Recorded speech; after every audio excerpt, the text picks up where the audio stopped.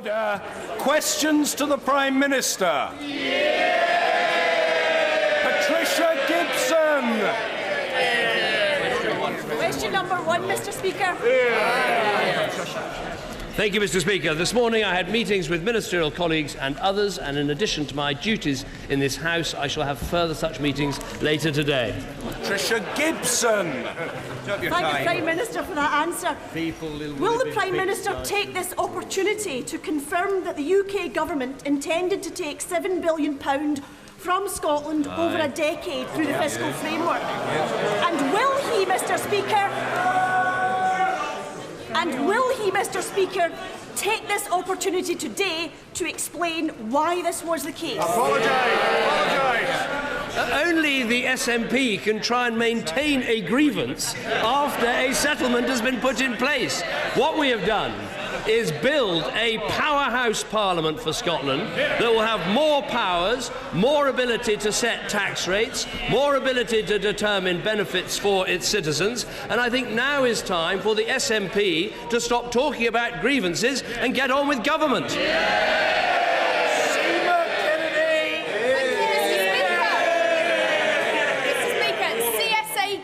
My constituency has recently taken on 6 new apprentices. And across South Ribble, we've had more than 1,000 apprenticeship starts since 2014. Does my right honourable friend agree that this is time for government to stick with the plan so that even more companies have the opportunity to take on apprenticeships? The friend is absolutely right. We have this very stretching target for 3 million apprentices to be trained in this Parliament. We will do our bit by funding those programmes. We want business to do its part by contributing to the apprenticeship levy, but we do need small businesses like CSA in her constituency and indeed the public sector to get fully involved in training apprentices to give young people the chance to earn and learn at the same time. Jeremy Corbyn. Thank you, Mr. Speaker. It's 3 years since the government announced a policy of tax-free childcare. Could the Prime Minister tell us what the hold-up is? Well, we're introducing the tax-free childcare along with the 30 hours of childcare for everyone with 3 and 4-year-olds, with a £6 billion commitment, with the start of the 30 hours coming in a pilot scheme this year. Jeremy Corbyn. Well, Mr. Speaker, the Treasury website describes it as a long-term plan. Well, it certainly is that, because it was supposed to be. It was announced in 2013 and isn't apparently going to be introduced until next year. Could the Prime Minister tell us why his promise of 30 hours free childcare for 3 and 4-year-olds is not there for 1 in 3 working parents who want their children to be cared for in a preschool? Well, first of all, on the tax relief on childcare, we lost a court case against some of the existing providers, so there was a delay, and the tax-free childcare will come in 2017. As for the 30 hours, as I've said, there will be some pilot schemes this year and full implementation next year, which is in line with what we said in our manifesto. But I'm delighted he is helping me to promote government policy. Because, of course, when I became Prime Minister, I think we only had 10 hours of childcare, and it's gone up to 12 and then to 15 and now to 30. These are all the things that you can do if you have a strong economy with a sound plan. You're getting your deficit down, your economy's growing, you're able to do all of these things, and I'm glad we're able to talk about them. Jeremy Corbyn. Today, Mr. Speaker, the National Audit Office report confirms that 1/3 of families promised 30 hours free childcare now won't receive it. This is a broken promise. The NAO report also warns that many childcare providers are not offering the new entitlement due to insufficient funding.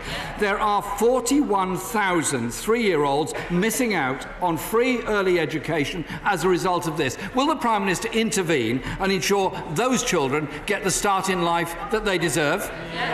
We want all of these children to have the start in life they deserve, and I'm glad he mentions the National Audit Office report. Let me read him some of the things it says. It says this: the department has successfully implemented the entitlement to free childcare for 3 and 4-year-olds with almost universal take-up of hours offered to parents. we should be congratulating the Secretary of State. The department's made significant progress in providing free entitlement to early years childcare. Parents and children are clearly benefiting from these entitlements. Stakeholders are positive about increasing the entitlement to 30 hours. All of these things we're able to do because we've got a strong and sound economy. What a contrast it would be if we listened to the Right Honourable Gentleman. And because I regularly subscribe to the Islington Tribune, I can announce to the House his latest economic advisor, one Mr Yanis Varoufakis. He was the Greek finance minister who left his economy in ruins. That is Labour's policy in 2 words. Acropolis now. Mr Speaker, that is not much help to the 41,000 children who are not benefiting from what they were promised by the government.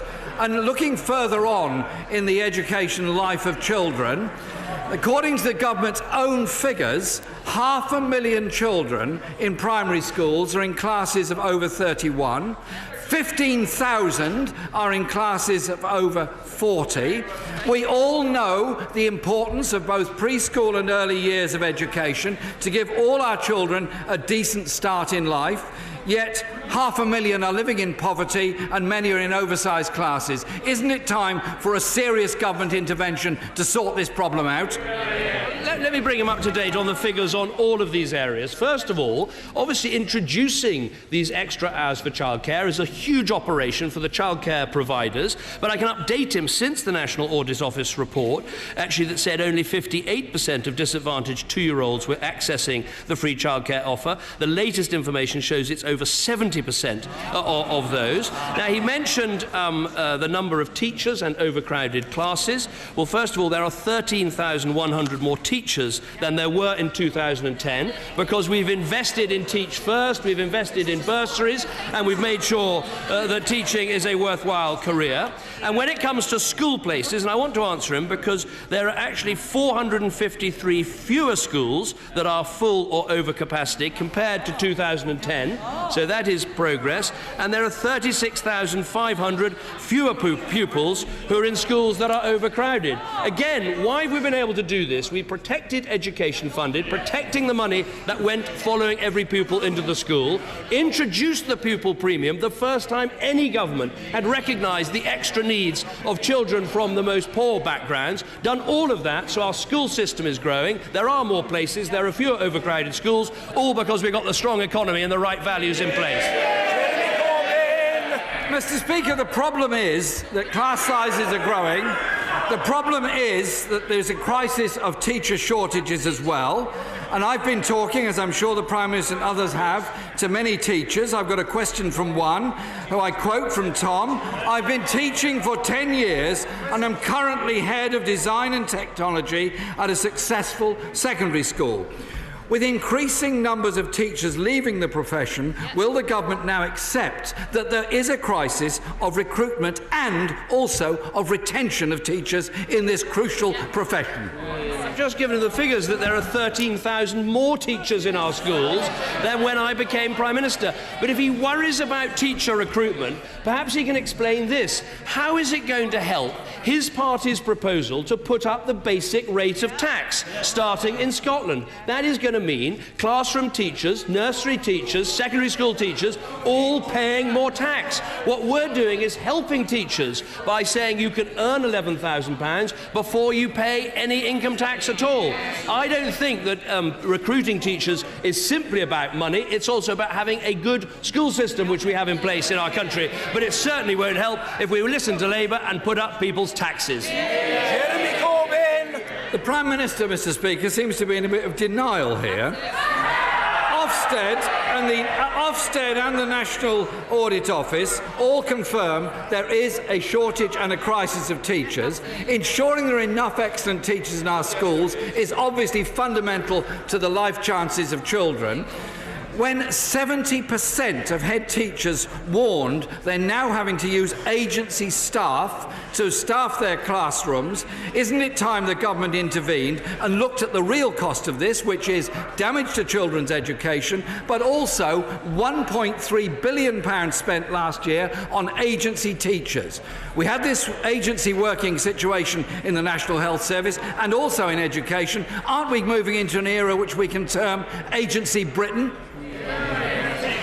I think he's got to look at the facts rather than talk down people who are working so hard to teach children in our schools. And the facts are these. Our teachers are better qualified than ever. A record 96.6% of teachers in state-funded schools now have a degree or higher qualification. Those are the facts. And I would argue that going into teaching, and now Teach First is the most popular destination for Oxbridge graduates, something that never happened under a Labour government. If you want to look at encouraging people to go into teaching, you've got to know that you've got a good school system with more academies, more free schools, higher qualifications, making sure that we've got rigour and discipline in our classroom, all of which has improved. But all of that is only possible if you have a strong and growing economy to fund the schools that our children need. Thank you, Mr. Speaker. Fiddler's Ferry in my constituency is one of several UK power stations announcing closure this year. But in Germany and Holland, both of whose carbon emissions are higher than ours, they are building brand new mega coal power stations, much of that which we are going to import. It's very hard, Mr. Speaker, for me to explain the logic of this to my constituents. Could the Prime Minister review the pace of our closure programme, particularly in the context of next year's energy crunch? No, well, my honourable friend raises a very important question, and he's right. There is big change in this industry because we want to see an increase in gas capacity, an increase in renewable capacity, and, of course, the restarting of our nuclear programme, which I hope to be discussing with the French President this week. But he's right that security of supply must be our #1 priority, and that is why we announced that we're going to bring forward the capacity market to provide this extra boost to existing stations, and this could indeed help Fiddler's Ferry itself. But I would say to him and to everyone across the House, all these decisions we take about energy, they have consequences for people's bills. He mentions Germany, and of course German electricity prices are 40% higher than in the UK. The level of subsidies makes up about 30% of German bills. Ours is less than half that level, and I think we do have to think through these decisions for the consequences for energy consumers. Angus Robertson. Thank you, Mr. Speaker. We all have a right not to be discriminated against on the basis of age, of gender, of sex, of sexual orientation, of disability or ethnicity.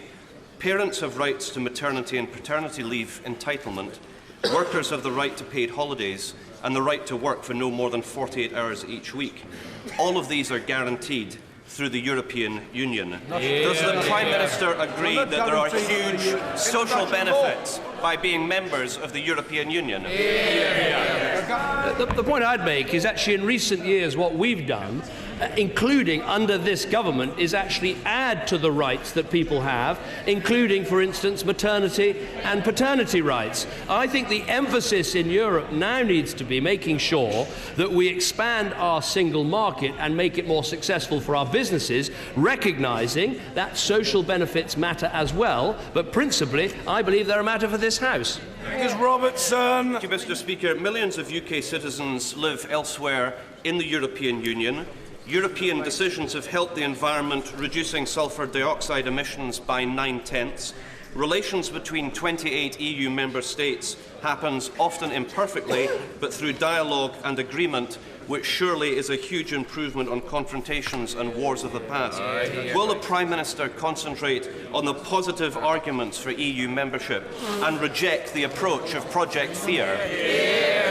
Well, my arguments about being stronger in the reformed European Union, safer in the reformed European Union, and better off in the reformed European Union are all positive arguments. I would add the point that he makes that, of course, things like pollution crosses borders, and so it makes sense to work together. And I think the fundamental point he makes is one worth thinking about. He and I are both post-war children, but we should never forget, when we sit round that table, that just 70 years ago, these countries were murdering each other on the continent of Europe. And for all the frustrations of this institution, and believe me, there are many, we should never forget that fact, the fact that we talk, the fact that we work together, the fact that we resolve our disputes around that table. Mr. Alberto Costa. Thank you, Mr. Speaker. Those who foster children deserve our full support. To mark Fostering February, last Friday I visited in my South Leicestershire constituency J Fostering, which since its establishment in 2003 has helped over 1,250 children find a loving and caring home. Would my right honourable friend join me in thanking the team at J Fostering as well as the carers, but would you also agree to look into how the currently complex funding arrangements for over-18s could be considerably simplified to ease the transition of children into adulthood? My honourable friend makes a very important point, which we started to address in the last Parliament, because 18-year-olds were almost being sort of automatically ejected from foster parent homes. And we all know, as parents, it's very important to give people the support they need. That's why we changed the law in the last Parliament, so local authorities are under a duty to support young people who choose to remain with their foster carers beyond the age of 18. We've put in place what's called a staying put arrangement. We're providing £44 million over 3 years, and in the first year of its rollout, almost half of those eligible to stay put have decided to do so. This is a real advance in our fostering arrangements. Neil Coyle. Thank you. Thank you, Mr. Speaker. As this is my first ever question to the Prime Minister, I do hope my suit and tie match his mother's high expectations. Mr. Speaker, in September last year, 16-year-old Mohamed Jure was stabbed to death in my constituency. His mother, Mariama, discovered last week the CPS will not be prosecuting the man arrested for his murder.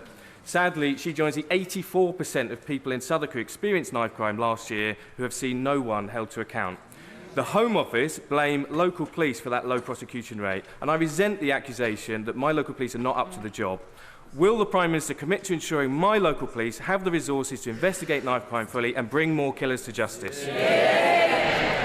You know what? The honourable gentleman uses his first question to raise an incredibly important issue, which is knife crime in our country. Now, the good news is that knife crime has come down about 14% since 2010, but he makes an important point about the level of prosecutions. I think last year there was something like 11,000 prosecutions. The rate of prosecution is similar as for other areas, but clearly everything we can do to help the police, help the Crown Prosecution Service, to increase the rate of prosecution is wholly worthwhile. We need to give the police the resources they need, and we are through the spending round. We need to educate young people on the dangers of knife crime, and we need to make sure those who commit these crimes are properly punished.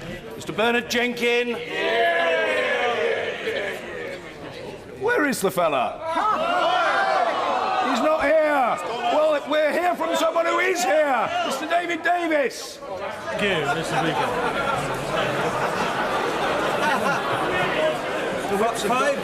For 5 or 6 years, I know the House is in a state of some perturbation, but we must hear from the right honourable gentleman when he's composed himself. We'll hear from him. Mr. David Davis. Thank you, Mr. Speaker. For 5 or 6 years, national insurance numbers issued to EU migrants have been hundreds of thousands higher than the official immigration figures. This implies the official immigration figures may be a dramatic underestimate. We can only know the truth of the matter if HMRC release their data on active EU national insurance numbers, which HMRC has refused to do. Will the Prime Minister instruct HMRC to release those statistics immediately so we can understand the truth about European Union immigration? Well, I'm glad we've got the single transferable question, if not the single transferable vote. It's very good to hear from my honourable friend. The reason why these numbers don't tally is, of course, you can get a national insurance number for a very short-term visit, and people who are already here but without a national insurance number can apply for them. So these numbers are quite complex. The HMRC has given greater information, and I'll make sure that continues to be the case. Bill Esterson. Thank you, Mr. Speaker. The proposed changes to Sunday trading are causing great concern to many retailers, shop workers, to their families, to faith groups and to all who want to keep Sunday special. Yet before the election, the Prime Minister said he had no plans to change Sunday trading laws. When did he change his mind? Or was it always his plan to scrap this great British compromise as soon as the election was safely out of the way? Well, I thought it was right to bring forward these proposals because they are genuinely new proposals. New in that we are devolving to local authorities to make this decision. And secondly, and crucially, and I'm sure honourable members opposite will be interested in this, is that we will be introducing new protections not only for new workers on Sundays but for all workers on Sundays. And so I think the House should look carefully at this idea, not least because our constituents are able to shop online all day, every day, including Sunday. All the evidence shows this will be welcomed by customers, will create more jobs, and I think we have nothing to be scared of moving into this new arrangement. Amanda Milling. Thank you, Mr. Speaker. At the weekend, I visited a young enterprise trade fair where teams from across local Staffordshire schools, including Rugeley Sixth Form Academy, were showcasing their entrepreneurial skills. Will my right honourable friend join me in wishing good luck to all of the teams? And does he agree with me that initiatives such as this are key to inspiring the next generation of entrepreneurs? I think my honourable friend makes an important point, which is for years in our schools not enough was done to encourage enterprise and entrepreneurship. And when we know that so many of the jobs of the future will come from start-up businesses and small businesses and rapidly growing start-ups, it's absolutely right that in our schools we should be promoting enterprise not only through teaching but also through exercises, including starting businesses for young people, but by giving them small grants. Andy MacDonald. Yesterday, Five Quarter Energy, a North East SME, ceased to trade. Their goal was the extraction of gas from coal deep under the North Sea. The government failed to provide a supporting statement to secure foreign direct investment due to its inability to comprehend that not only would UCG secure our energy supply, it would also provide feedstocks to grow our industries, and all of that totally decarbonised. Will the Prime Minister look into this appalling loss of opportunity and urgently change course and develop a meaningful industrial and energy strategy that British industry and workers, and indeed the planet, so badly need? I will certainly look at the case that he raises because we back all energy projects that can create jobs and create growth in our country, and we have a very active industrial strategy for that. I know that he's disappointed about our decision on carbon capture and storage, but I would say to him that that is an extra £1 billion capital investment, and even after that there's no sign yet that carbon capture and storage can be even close to competitive to even nuclear power or offshore wind. But I'll look carefully at the case that he mentions. Richard Benyon.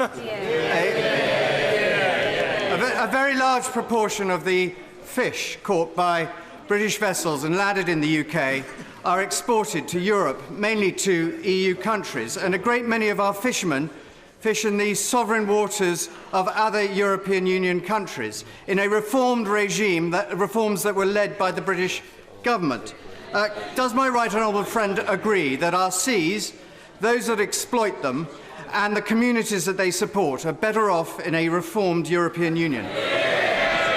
I agree with my honourable friend, and I pay tribute to him for the huge work that he did to reform the common fisheries policy from what was a very poor policy to one that is now working much better for our fishermen. And when it comes to fishing and farming, the key issue is going to be making sure that Europe's markets remain open to the produce that we land and that we produce. And that, I think, is going to be vital in the debate in the months ahead. Rachel Maskell.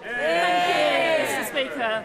When more than 1,600 families are on York's housing waiting list, when care workers are forced to leave the city due to the cost of renting, delaying hospital discharges, when young families are placed in a single room in homeless hostels, and when supported housing schemes will have to close due to benefit changes. Can the Prime Minister specifically state why? Up to 2,500 predominantly high-value homes are being planned for development on public land in York Central without building a single home for social rent. Well, the decisions made in York about planning are for York City Council and the local plan. But what I would say to her, one of the things that we did in the last Parliament that actually was specifically designed to help York was to change the change of use provisions so that empty offices could be used to build flats and houses for local people, which is happening in York and will help to make sure that city continues to thrive. Bill Wiggin! Will my right honourable friend agree to meet me and my constituent William Lorry, a brilliant young farmer whose business has been put at risk because the RPA haven't paid his basic payment scheme money? Will he also just confirm that the RPA figures that they keep putting out are fictional, or does he agree with his DEFRA secretary that it is the EU's Commission's fault for making the cap so complicated?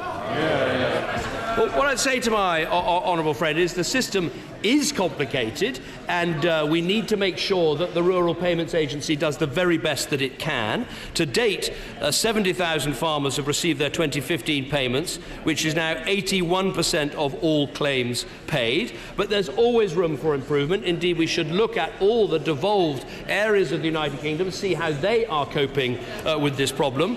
But in terms of the issue more broadly, I think it's very important we maintain the access that our farmers have without tariff, without tax, without quota, to produce the cleanest and best food anywhere in the world and export it unhindered to 500 million people in European single market. Gisela Stewart. Yesterday, the chair of the board of the International Campaign for Tibet, Mr. Richard Gere, came to the House of Commons to meet with members of Parliament as well as you, Mr. Speaker.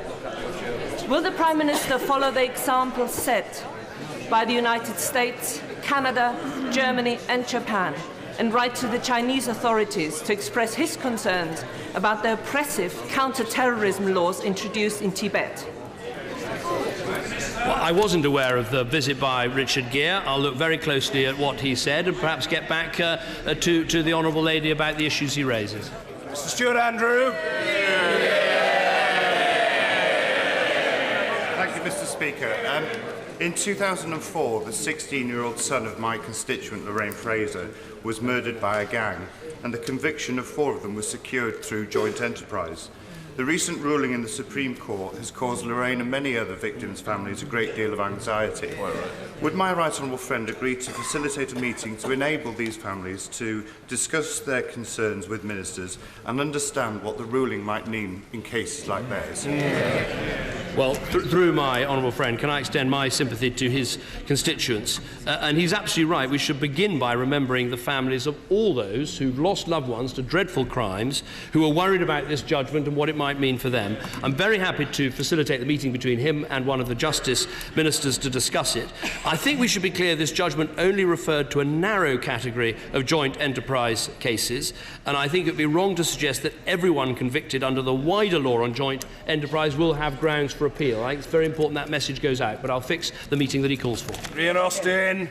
Speaker, people in the Midlands are absolutely furious to learn that the government's awarded a contract to make British medals to some French company.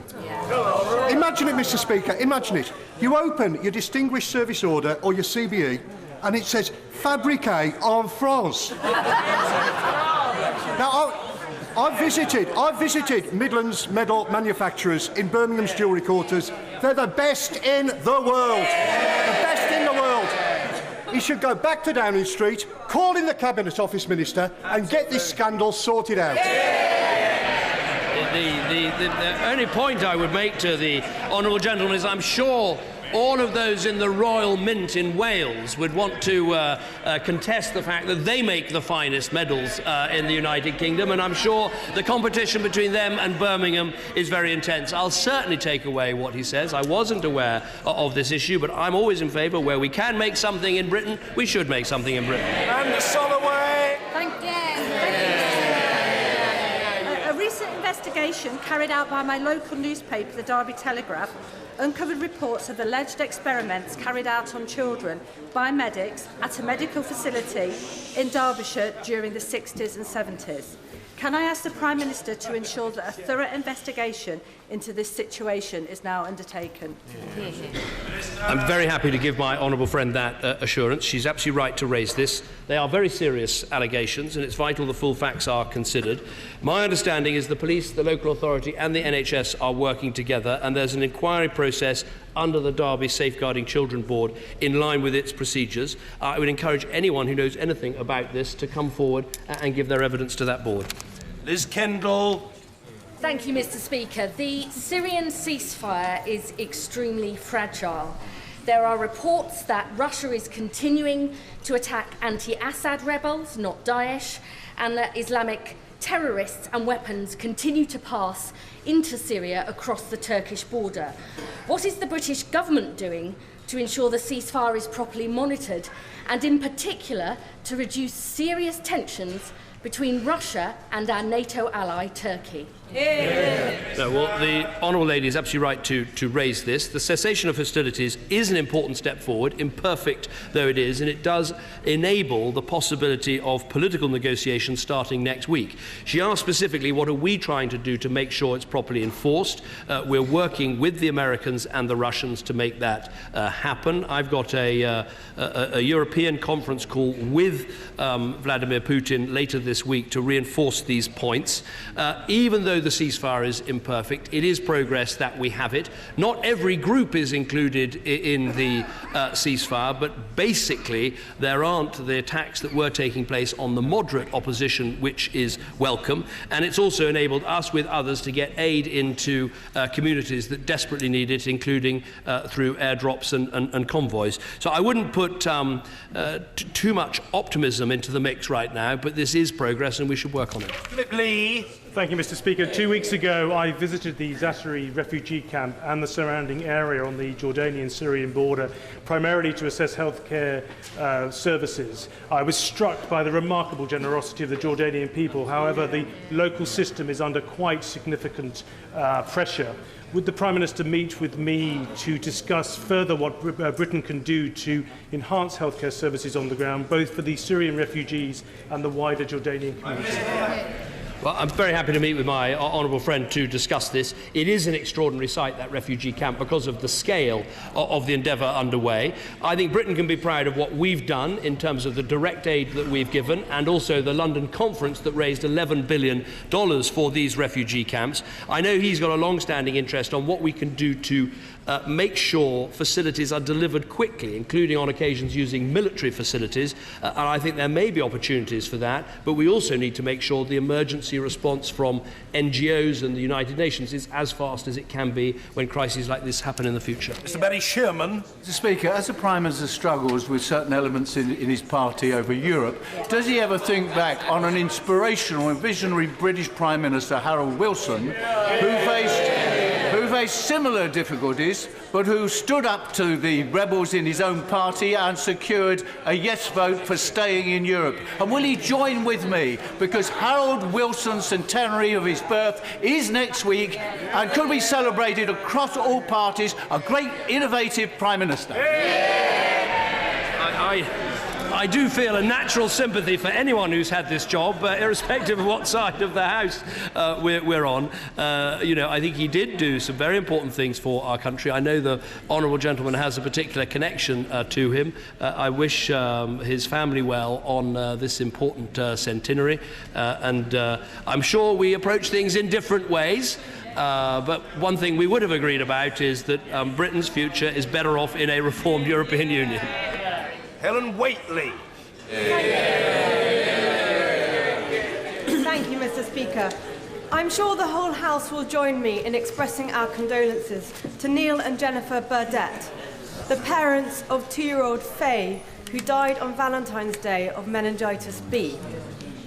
Since Faye's death, 815,000 people have signed a petition calling for the government to vaccinate more children against meningitis B. I'm proud that the UK is the first country to have a vaccination programme for meningitis B. But could my right honourable friend make sure the government looks at what more could be done to prevent more children like Faye dying from this horrid disease?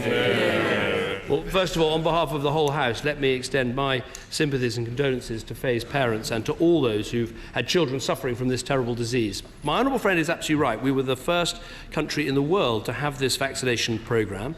The programme was based on the advice of the Joint Committee on Vaccination and Immunisation, who recommended targeting the vaccine to protect the infants at highest risk. The incident of highest risk does occur in babies of 5 months, and of the 276 children contracting meningitis B last year, over 100 were under 1 year of age. But she makes important points. I think we need to look at all the evidence carefully, as do the expert bodies that advise us, recognising that Britain has already taken some very important steps forward by being the first country to vaccinate in this way. Order.